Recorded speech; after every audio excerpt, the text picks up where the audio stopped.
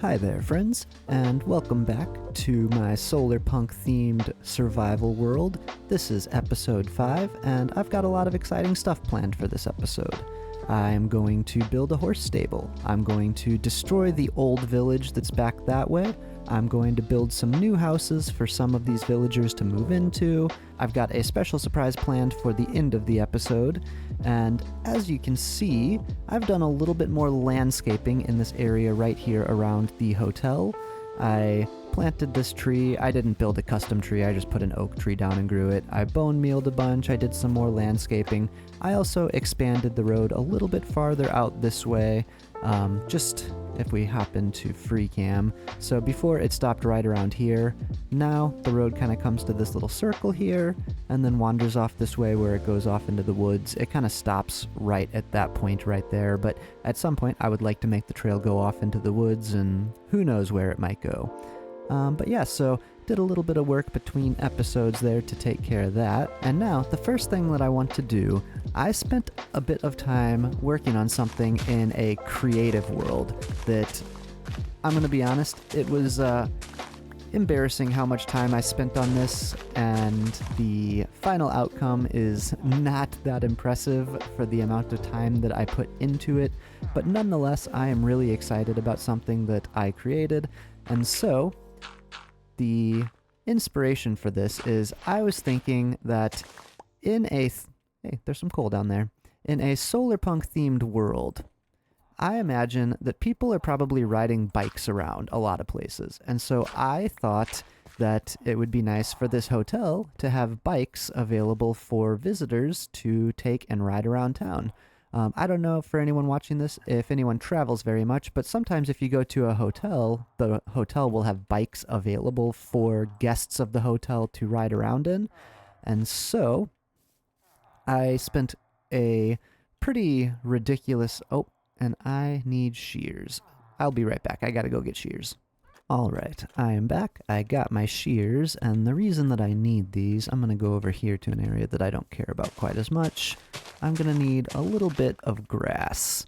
So in the episode where I built my hotel, I showed that trick that I like to use where if you put down grass, then you can extend over the top of the grass with carpet. And in that episode, I used buttons. In this one, I'm going to use levers. So I can do that.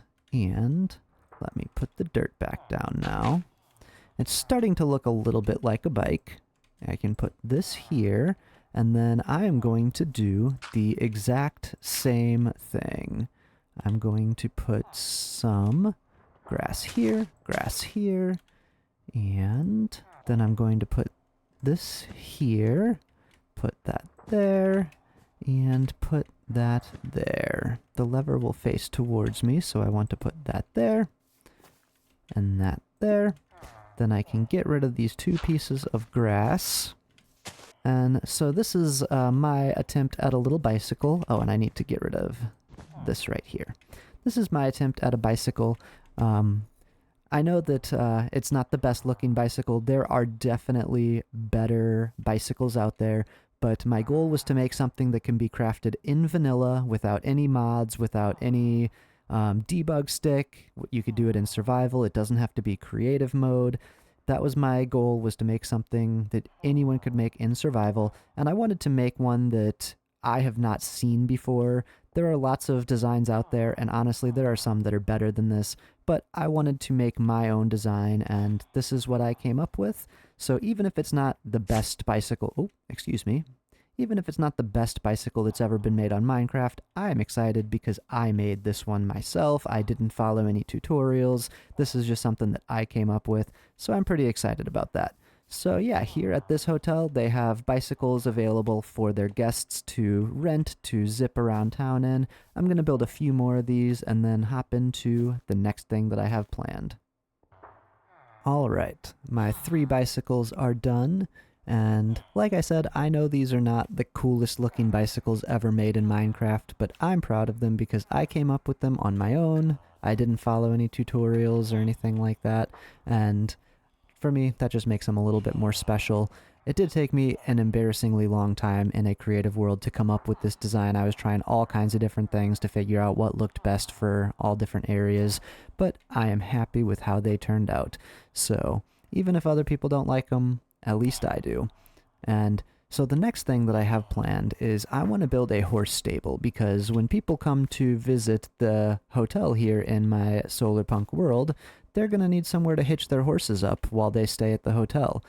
Between episodes, I did quite a bit of resource gathering. I figured it'd be better to do that off camera because sometimes that can make for entertaining content, but I felt like for this episode, I wanted to focus more on builds and not so much on the resource gathering. So I did all my resource gathering between episodes, and this is what I'm going to be using to build the horse stable here. But I just noticed that I do not have any food in my inventory, and I am getting quite hungry. So I am going to run back to my base, and I don't even think I have any food ready to go. Oh, now I can't even run. I'm going to have to make some fresh baked potatoes so that I can have something to eat.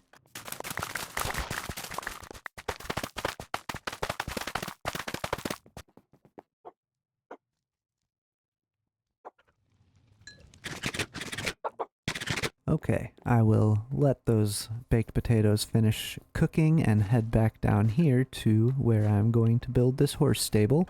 And I wanted to make something that will kind of match the aesthetic of the Solarpunk Hotel, since it is going to be the official stables for the patrons of the hotel. So I wanted to use kind of the same block palette combination. And I just showed a second ago in the chest all of the resources I'm going to be using to build it.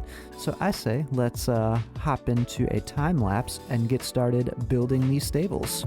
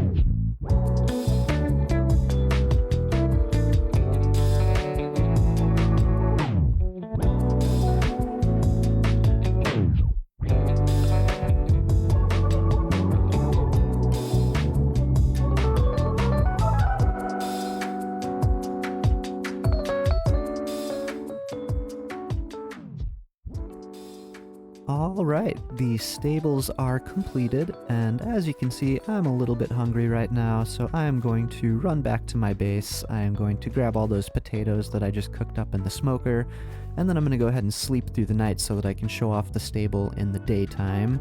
And then, while I'm there, I'm also going to grab a horse to put in the stable.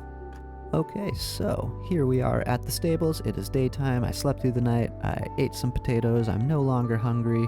Let me hop into free cam to kind of show off from some different angles. So I wanted to have kind of a steeper roof from the front, and rather than have a roof that is consistently level across the top and then slopes down to the sides, I wanted to just have one single point that slopes off in all directions from that point. I thought this was kind of a neat approach to a different angle, different slope of a roof than you would normally see. And I used similar block palette to what I used for the hotel because I want this to be the official stables for the patrons of the hotel. So it's sand, sandstone, smooth sandstone, and then mangrove for kind of the accent color. If we step inside, I made sure to grab some buckets of water while I was back at my base because I need to make sure that all of the horses that visit here will have water to drink.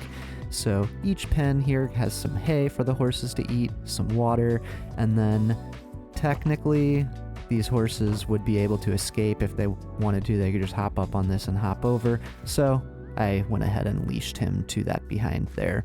And those of you that have been watching from the very start may recognize this is the very first horse that I ever tamed in the very first episode. And even though he's not the fastest horse, he doesn't jump the highest, there's still some sentimental value, and I can't see myself getting rid of this very first horse that I ever tamed, so this is going to be his new home. He's nice and protected here. He's got food and water, and who knows, maybe from time to time I might take him out for some rides just because, you know, he's my friend, he's my bud. And so this is the stable. I'm pretty happy with how it turned out. We've got our little stash of extra hay over on this side. And now, when patrons visit my little Solarpunk town here, they will have somewhere to leash up their horse while they stay the night in the hotel. And while they're in town, if they don't have a horse, then they've got bikes available. Oh, hey, cat. They've got bikes available so that they can zip around town. Now, the next thing that I need to do, as promised, it is finally time to demolish the original village that was over here. I have emptied it out completely. All of the villagers that were living there are now over there in the hotel, so I'm going to demolish their village. They've got somewhere to stay in the meantime, and then the next step is rebuilding the village so that they can have some nice new houses to stay in.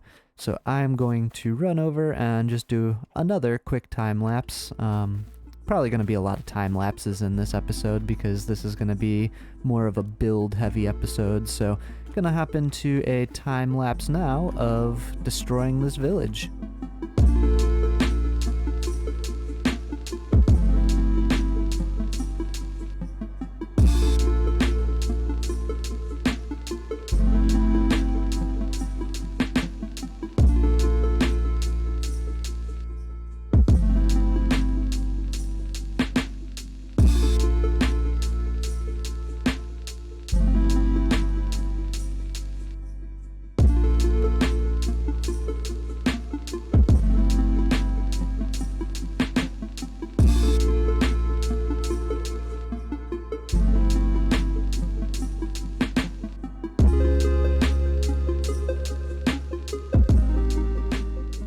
Alright, our village has been completely destroyed. I found this guy hanging out in one of the churches. I don't know how he flew under my radar, but I did not know that he was still here. So this was the last remaining villager that was hiding from me, but I'll get him moved over to the hotel.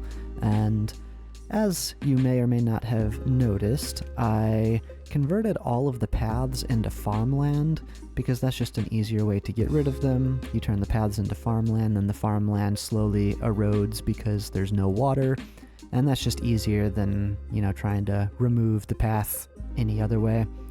And the last remaining house that I have not yet destroyed is this one, because this was my very first house when I first found this village and needed a place to crash. And I also have a bunch of stuff in storage here that I need to get relocated to my house over there. So I think I'm going to get this guy to the hotel, and then I'm going to relocate all of these items. And I'm trying to think of the best way to get him to the hotel. I do have this lectern that I found while taking down the village. I think I might just use the point of interest to slowly take him bit by bit. So put it down, he walks over, destroy it. Put it down, he comes over, destroy it, until he's eventually at the hotel. So I'm gonna do that really quick, and then get to the next steps. Well, that didn't take long. He found a different point of interest, and quickly went to that instead. So I'm just gonna get him in a boat. As many people who play Minecraft are very well aware, villagers can be the most difficult thing to deal with. Now, I am excited for the new update that just came out, 121.5, with the introduction of the friendly ghasts. For anyone who possibly is not familiar with that, a new update just came out. I have not yet updated this game, so I'm still on 121.4, but hopefully soon I will be updating to 121.5. They introduce a new mechanic called the rideable, or the friendly ghast, and you can actually ride it. You can also attach things to it, so that will make this job much easier. I would be able to just put this villager on a rideable ghast and then take him where I want him to go. But since I do not yet have that update for right now, I'm stuck doing it this way, and I'm about to probably end up accidentally killing this villager in this sweet berry bush. Okay, he survived. But just going to make my way over, and I think at this point I might be able to just make it all the way down the trail. Alright, I got the villager over to the hotel, so now I'm going to run back. I'm going to move all of that inventory from my very first house into my official inventory basement, and then continue onward. Alright, so I've removed all of the chests that were in here, moved all of the inventory over to my base. I'm going to step away from the farm animals because they're making a lot of noise. So the only two remnants of that village are this house and the tree with the bells here in the middle. I feel like this is kind of a significant thing for the village. I don't know what they put this here for, but clearly it means a lot to them. They put it up on a pedestal. They've got bells on each side, so I don't want to destroy this little monument that the villagers created in their village, so I'll probably come up with something to keep this alive and maybe build around it, but it just felt wrong to tear this down because it seems like it was important to the villagers. And then this house, this was my very first house, so this has also got some significance. I will probably spruce it up a little bit, but I think I want to keep it somewhat unchanged, just for the significance of this being my first house. But we do have all these farm animals here. Something's going to have to happen with them, because keeping them tied up to fence posts and cooped up in this tiny little pen isn't the most ethical way to keep farm animals. So I still haven't decided what I'm going to do with this area over here. I'm definitely going to need to do some terraforming, because if we zoom up, this isn't the most appealing terraform situation. The landscape is not that great. So I'm probably going to do some terraforming at some point, and maybe I'll turn this into a little farmhouse and kind of expand this range for all of the farm animals to kind of do their own thing.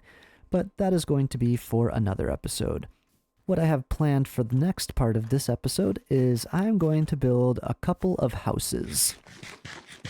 And I'm going to make my way over. I was trying to think of where would be a good spot for the next couple of houses that I'm going to build, and the two houses that I've got next are going to be a little bit smaller. They're not going to be very large. They should be pretty quick and easy to put up, and I want to put them on this little hill right here. So my thoughts are I'm going to do two houses that kind of complement each other. They're going to be similar, but yet not quite the exact same. So I'll put one over here and then one over here, and then I will move two villagers from the hotel over there into their new houses here. So I mentioned that I did a fair bit of resource gathering between episodes, but I had one other idea that kind of just came to me, and I'm going to need one more thing that I do not currently have. I'm going to have to go down to the mines, which, I do that way too often. I need to just stop using sweet berry bushes to decorate. I like the way they look, but I constantly run through them, and when I run through them, they just absolutely obliterate me every time. But I'm going to go down to the mines because I want to get some amethyst shards, and the reason being something that a lot of Minecraft players have been doing lately that I think is really cool. I don't know who was the first person to do this. At this point, I've seen a lot of Minecrafters do it, so I don't want to take credit that this is my own original idea. If anyone knows who was the first person to do it, please feel free to leave a comment and give them a shout out, because I love this, this technique. But I'm going to get some tinted glass, and I'm going to make kind of a cool light feature. So what a lot of people do is if you put down lights on the ground and then put carpet over it and then build up walls on each side with a specific color and then put tinted glass in front of it, it makes like almost the light kind of has a gradient to it, and it's a really cool feature. So I am going to just grab a bunch of amethyst shards so that I can make a bunch of tinted glass. And don't you just love that sound of the amethyst shards breaking? Grab those. Oops. So just going to grab as many of these as I can. I'm probably, I don't know how many I'm going to need. Maybe like, I don't know. I'll grab a full stack if I can. Oh, I'm almost out of full stack. What do you know? Maybe I'll grab more than a full stack. I'm just going to grab all these. Alright, so I have gathered all of the amethyst shards that I needed, and I went ahead and made the tinted glass already. And before I start actually building, I'm going to do a quick demonstration of that technique that I was describing that you can use to kind of make this cool light gradient. So the first thing I'm going to do is put down 3 light sources. In this case, I'm using jack-o'-lanterns with some carpet, and then I'm just going to use all of these. Let's see. So I went ahead, oh, I didn't want you there. I went ahead and crafted up some cyan concrete because that will make a cool cyan gradient. And then I just need something to go over the top. I'll use cyan wool because I've got that on hand. And then I do this side with tinted glass. Oh, you don't go there. And I do appreciate that tinted glass can be harvested without silk touch, unlike regular glass, because that allows me to demonstrate this and not have to worry about losing resources.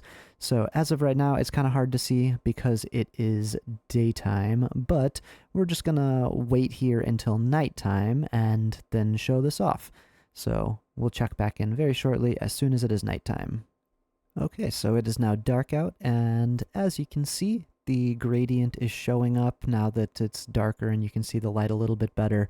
And again, I did not come up with this. This is not my own unique idea. I've seen a lot of people do this. I don't know who the first person was to do this, but it is a really cool feature.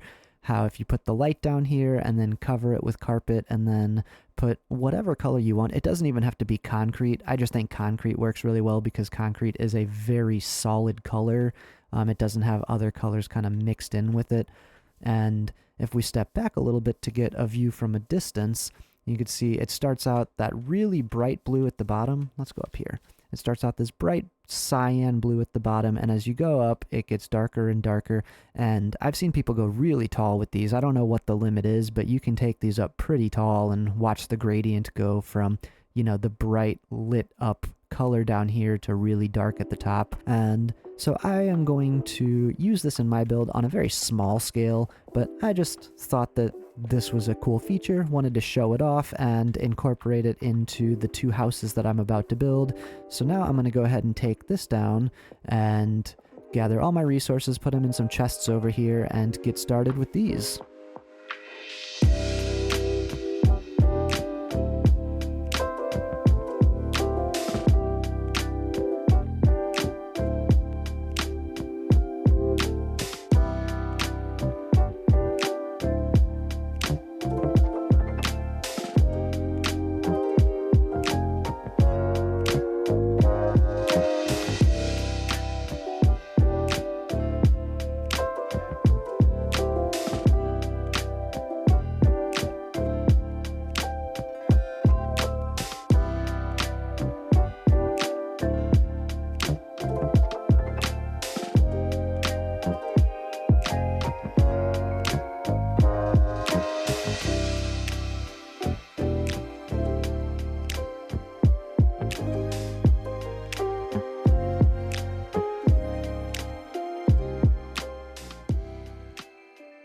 Alright, so here we have the finished houses side by side here, but before I jump in and start actually showing off the interior and start kind of doing a little tour of these houses, I want to get some villagers moved in so that, you know, they feel a little bit more alive while I'm showing them off.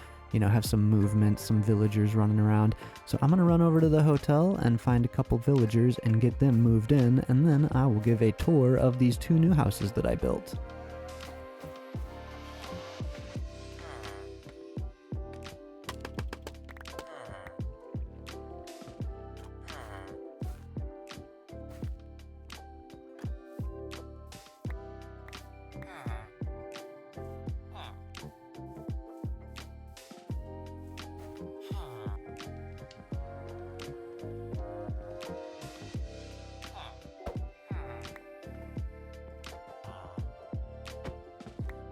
All right, and here we have the houses of Francisco and Sylvester, twin brothers who grew up in a mining family. Mining is a family tradition going all the way back to their great-grandfather, their grandfather, and their father. Sylvester and Francisco grew up in the mines, and for a long time, it's all they ever knew. But they have very different opinions on mining philosophies. Francisco is passionate about getting everything out of the ore as much as possible, really utilizing it to its maximum potential, and he actually wrote a book on it, a book called Fortune 3, where he teaches the art of getting the maximum potential out of every ore.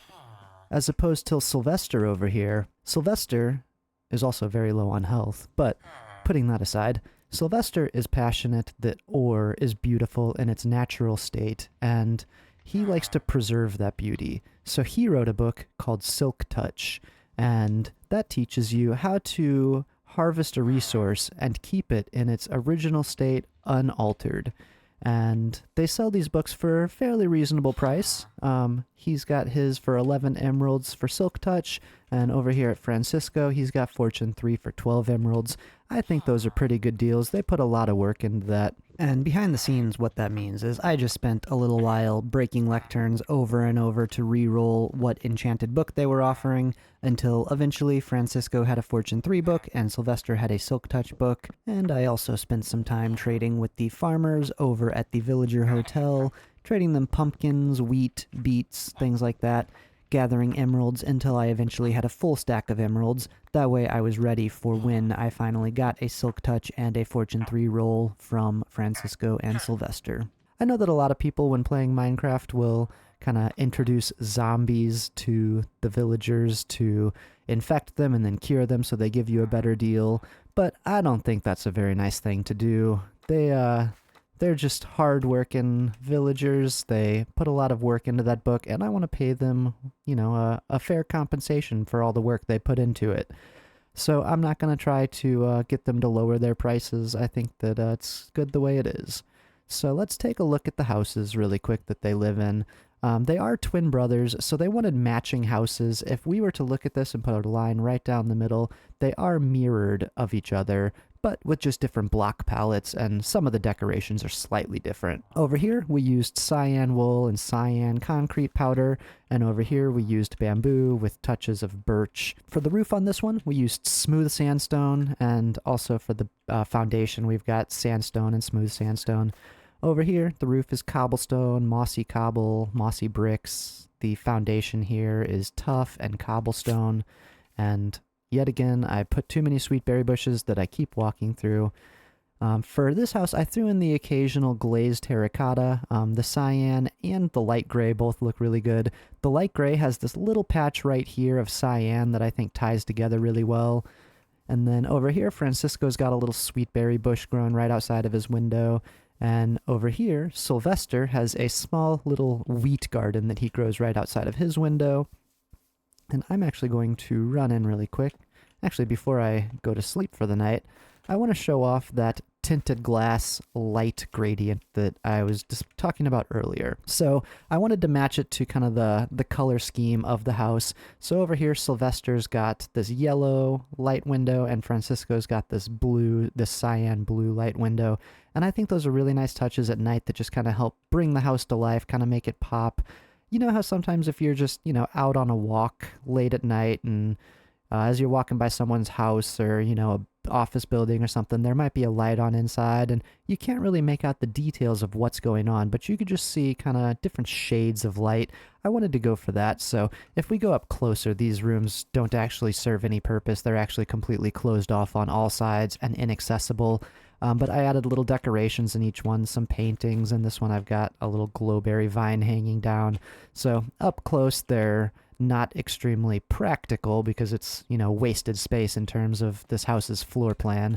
But I was thinking more of an appearance, trying to make it look good. So from a distance, I think that those look really cool, just kind of add some life to the house. For a little pop of color, I did add some cherry leaves, these cherry signs here, the spore blossom.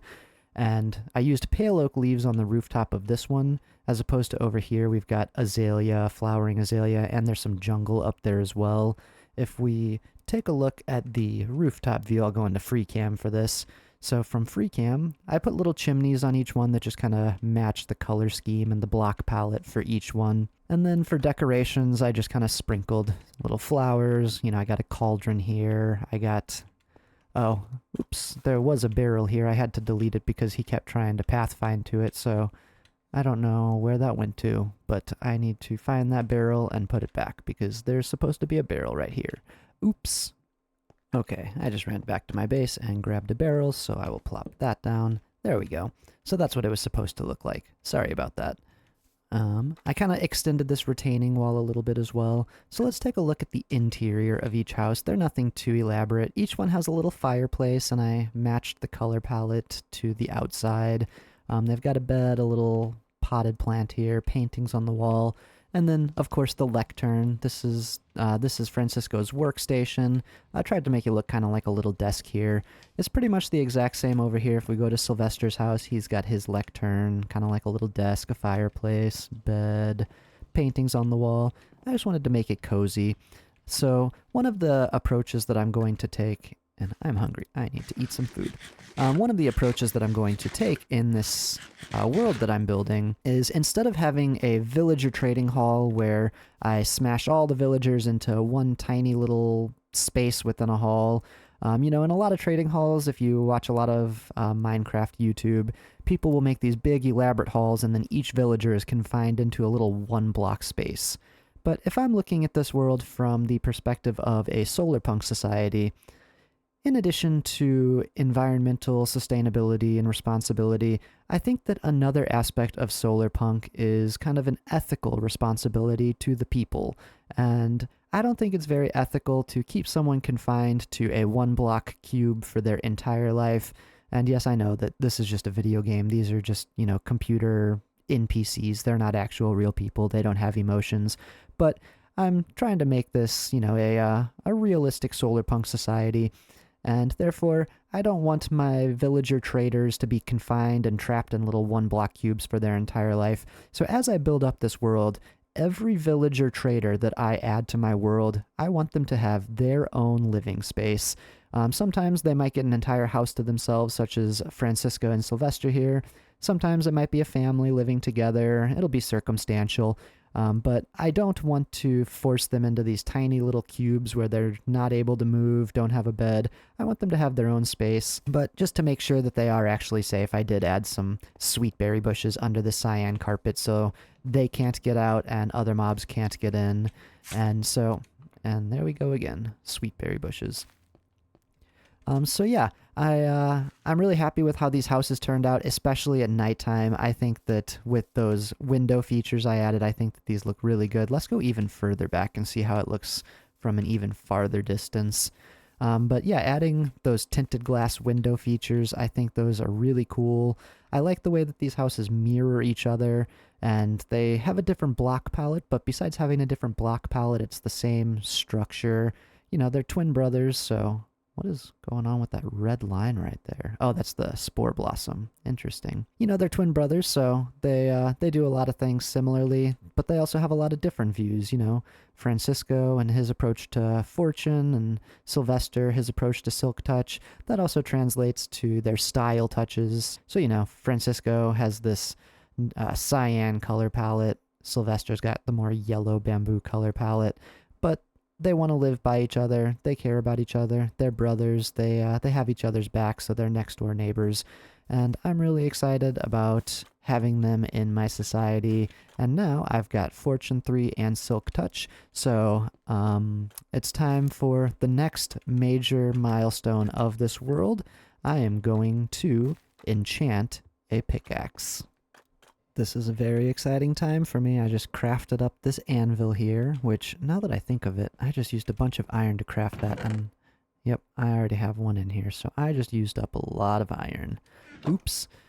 So I realized I'm running very low on iron. I just found the last little bit of ore that I have, so I've got 14 more here between these 6 and these 8. But after that, I am completely out of iron. And I'm going to have to go on a mining expedition to get more iron.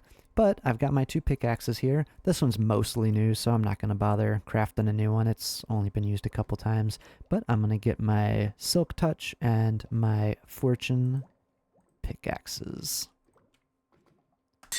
There we go. And there we go.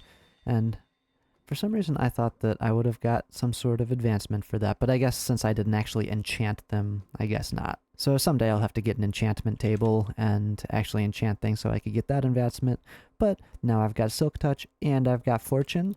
So at the beginning of this episode, I mentioned that there was a special surprise, and what that surprise is now that I have Fortune, and I should have thought to name these when I did that. I am a dummy. Oh well. But now that I have Fortune, the time has come. I am going to go find diamonds. So I have one single diamond that I found in the very first episode in Buried Treasure, and other than that, I have not extracted any diamond from the ground, but that changes today. I've got Silk Touch, and I've got Fortune. So I am going to venture down. I have come across plenty of diamond throughout my time in this world, but I have just walked past it every time, been waiting for this moment, and now this moment is finally here. So I am going to head down to the mines and get my very first diamonds.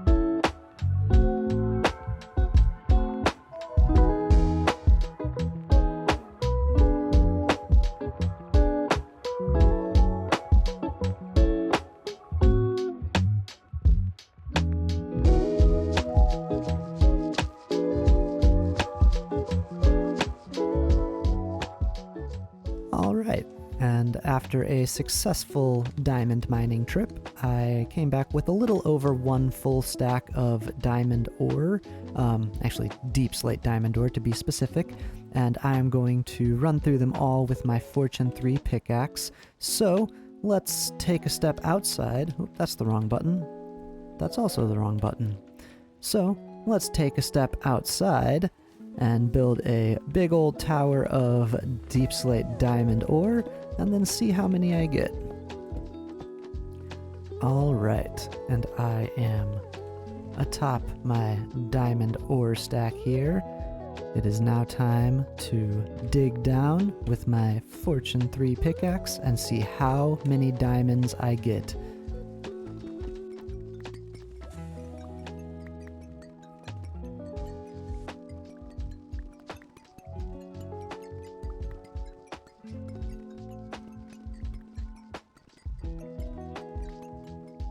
Alright, it's almost time for the big reveal. I'm going to take a step inside because it is raining out here.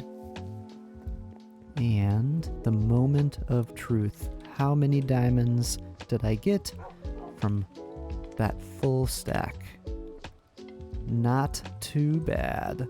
So 2 full stacks plus 20 more diamonds, that's going to be more than enough to get me by for a little while. So that means I can craft some tools, I can craft some armor. I think I've officially made it to kind of the first big milestone of this world. I now have diamonds, so I am pretty excited about that. But I think it's about time to wrap this episode up. This has been a very productive episode. I made those fun bikes at the beginning, we made a horse stable for the hotel, made a couple houses for some villagers, we demolished the old village, and we got diamonds. So I would say this was one of the most productive episodes yet. I'm really excited now that I've got diamonds. I can start using diamond tools and diamond armor and really propel myself into kind of the next phase of the game. So I'm excited to see what comes next. If you liked this video, please be sure to like and subscribe, and if you have any feedback, I would love to hear your comments down below. And other than that, I look forward to seeing everyone in the next episode. Again, thank you so much, every single one of you. I appreciate you all, and I'll see you next time.